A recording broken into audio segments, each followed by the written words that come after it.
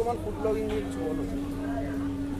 দেখো, বর্তমান food blogging যারা নতুন নতুন একদম এসছে না মার্কেটে, তাদের মধ্যে হয়তো 100-র মধ্যে 10জন হয়তো খাবার সম্বন্ধে বোঝে, খাবার সম্বন্ধে।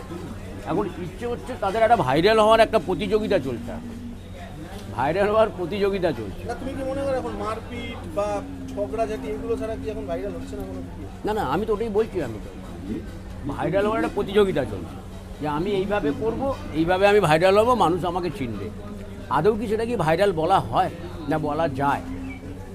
কথাটা হচ্ছে এটাই, ভাইরাল তখনই হতে হয় যখন হয় একটা সময় থাকে, সেই সময়টা ভগবান দেন, সেই সময়টুকু মানুষ ভগবান দেন, যে তুমি একটা ভালো কাজ করেছো, তুমি সোশ্যাল ওয়ার্কিং করেছো, তুমি মানুষের কাছে পৌঁছেছো, তুমি মানুষের কাছে ভালো সার্ভিস দিচ্ছ, মানুষের ভালো খাবার দিচ্ছ, মানুষ পছন্দ করছে তোমাকে, এতগুলো নিয়েই তো তবে মানুষ ভাইরাল হয়। আর আমি নিজেই একটা, যাই হোক, কিছু একটা করলাম, ক্যামেরা ধরলাম, তো সেখানে সে যদি মনে করে আমি ভাইরাল, আমার মনে হয় না ওটা ভাইরাল।